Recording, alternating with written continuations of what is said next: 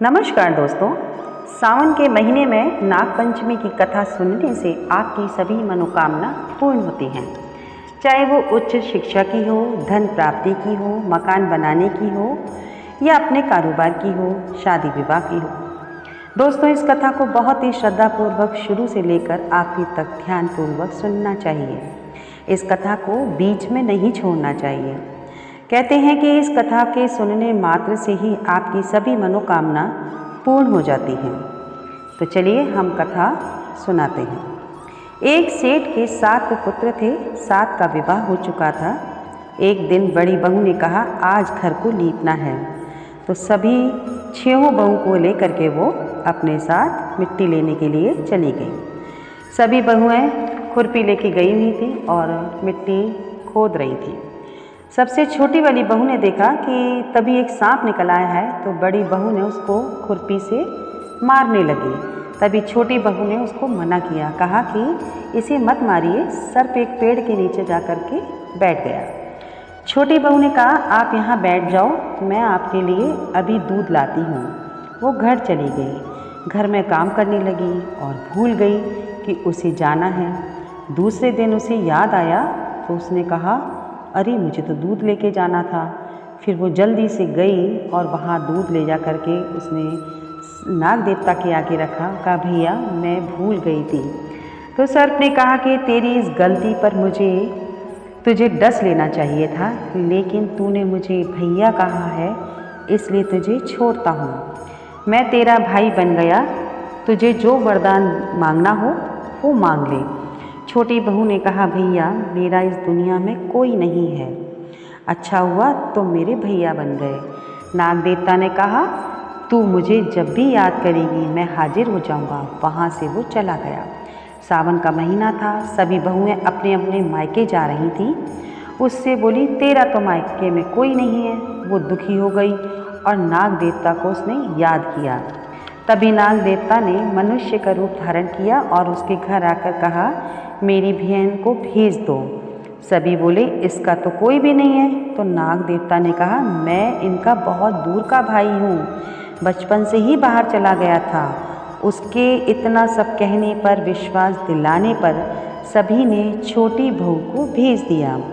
रास्ते में नाग देवता ने कहा, मैं वही नाग हूँ, तुझे नाग लोकर चल रहा हूँ। वहाँ जाके तुम डरना मत, क्योंकि वहाँ तुम्हें बहुत सारे नाग मिलेंगे। रास्ते में कोई भी कठिनाई आए तो मेरी पीछे से पूँछ पकड़ लेना। और वो पूँछ पकड़ के उसके साथ साथ जाने लगी। वो नागलोक में आ गई। वहाँ इतना उसने धन वैभव देखा, छोटी बहू चकित हो गई। तभी नाग देवता ने अपनी नाग माता से उन्हें मिलवाया और कहा, माँ ये मेरी बहन है, इसने ही मुझे बचाया था।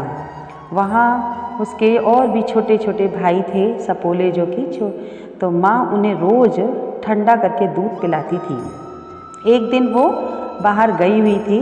छोटी बहू से बोली कि बेटी तुम इन्हें दूध पिला देना। उसने जल्दी में दूध थोड़ा गर्म ही रहने दिया, बहुत ज़्यादा ठंडा नहीं किया था, और बच्चों को पीने के लिए दे दिया। उन बच्चों का मुँह जल गया।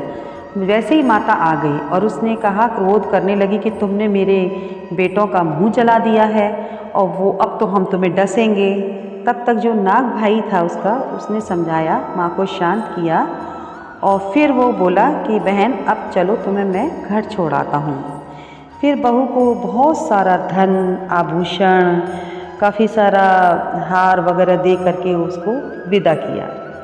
जब वो घर आई तो इतना सारा धन वैभव लेकर के जो आई, उसको देखकर बड़ी बहू को जलन हुई। उसने कहा कि तेरा भाई तो बहुत धनवान है, अब तो झाड़ू भी सोने की होनी चाहिए, क्योंकि हमारा तो स्टैंडर्ड बढ़ गया ना।